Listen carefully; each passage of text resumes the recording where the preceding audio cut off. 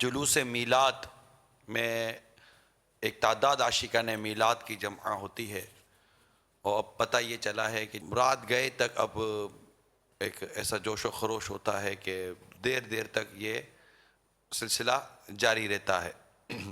تو اب یہ کہ ظاہر ہے کہ اس میں کئیوں کی ظہر کی نماز آتی ہوگی، کئیوں کی عصر کی نماز آتی ہوگی، بعض تو ظہر پڑھ کے نکلتے ہوں گے، لیکن بعضوں کے ظہر سے پہلے کے بھی جلوس ہوتے ہوں گے۔ تو کوئی ایسا مدنی گلدستہ عطا فرمائیں کہ جس سے یہ جلوس میلاد میں شرکت کرنے والے عاشقان رسول یہ نمازوں کے ساتھ ساتھ اپنی جماعت کے ساتھ نماز کی پابندی کرنے میں کامیاب ہو سکیں۔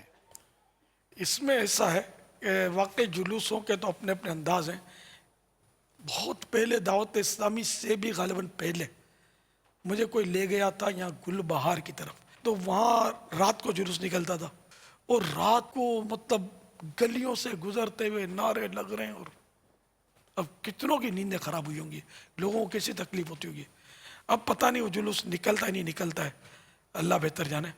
اگر نکلتا ہو تو اب بھی ان کو ایسا نہیں کرنا چاہیے۔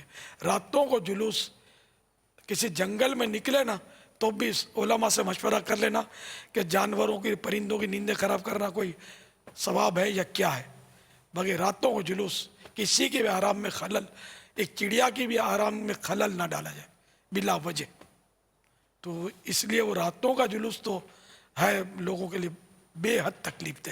فجر کے بعد بھی کچھ تعداد ایسی ہوتی ہے جو فجر کی نماز پڑھ کے کچھ دیر آرام کرتی ہے، پھر مریض بھی ہوتے ہیں، وہ ٹائم بھی کچھ ہوتا ہے پرسکون ٹائم۔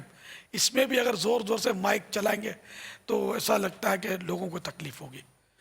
مین روڈ ہو نا کشادہ، اس میں تکلیف اتنی شاید نہ ہو، گلیوں میں تو تکلیف سمجھ میں آتی ہے۔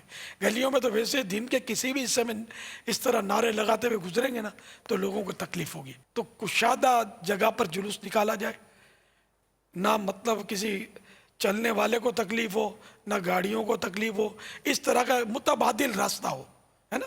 اگر روڈ پر نکل رہے ہیں تو گاڑی وہاں سے نہیں گزر رہی تو بھائی ادھر سے گزر جائے گی ادھر سے گزر جائے گی، ایسے کوئی متبادل راستے ہوں تو پھر کوئی ترکیب بنے تو بنے۔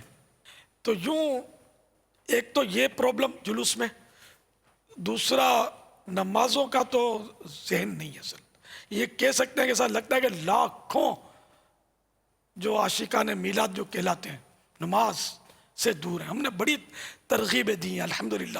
ہمارے جہاں جلوس ہوتے ہیں نا، ہماری ترغیبیں ہیں کہ جلوس جہاں بھی ہے روکو اس کو، مسجد آئی نماز با جماعت۔ جلوس اچھا کام ہے، لیکن اگر کوئی جلوس میں نہیں جاتا وہ گناہ گار نہیں ہے، نماز چھوڑے گا تو گناہ گار ہوگا۔ نماز فرض ہے، اللہ کرے دل میں اتر جائے میری بات، تو نماز کوئی نہیں چھوڑنی۔ صلو علی الحبیب صلی اللہ تعالی علی